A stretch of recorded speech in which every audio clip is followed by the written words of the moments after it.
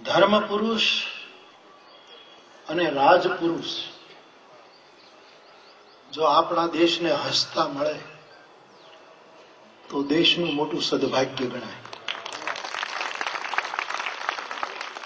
કારણ કે આપણે ત્યાં ધર્મ પુરુષ બહુ હસતો નથી, અત્યંત ગંભીર રહે છે. એ જો હસે ને હસાવે તો લોકો કહે આ તો ખીખી ખીખી ખીખી કરાવે છે. રાજપુરુષ કોઈ પણ કારણસર વધારે ગંભીર થતો હોય છે.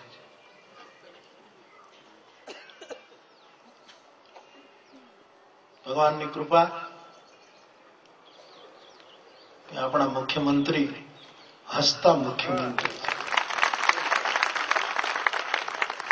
તુલસીદાસજી એક દોહો લખ્યો છે અને મને એમ લાગે આજના કાળમાં અને આવતા સમયમાં પણ આપણને બધાને માર્ગદર્શક બને એવો એ દોહો છે. મારે આપને એ કહેવો છે. તુલસી અસમય કે સખા ધીરજ ધર્મ વિવેક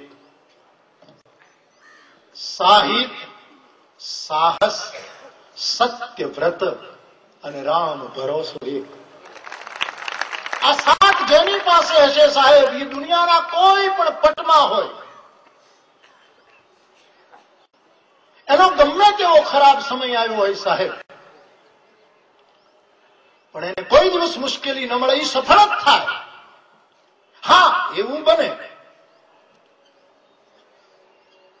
કે સફળ થઈએ તો ઈર્ષ્યા પાત્ર. એની કવિતા છે સાહેબ, આ આંખ ધન્ય છે, એમાં ક્યાંક એમણે લખ્યું છે, હું શબ્દો આમ ભૂલી જાઉં, મને માફ કરો. સફળતા સફળ થઈએ તો ઈર્ષ્યા, નિષ્ફળ જઈએ તો દયા પાત્ર. જયારે માણસનો ખરાબ સમય આવે ત્યારે એને 7 જણાને પડખે રાખવા. ભગવાન કરે કોઈનો ખરાબ સમય ના આવે આના જેવો. પણ મને એમ લાગે છે એને 7 માંથી ઘણાને સાથે રાખ્યા હશે, એટલે ત્રીજી વાર નંબર 1.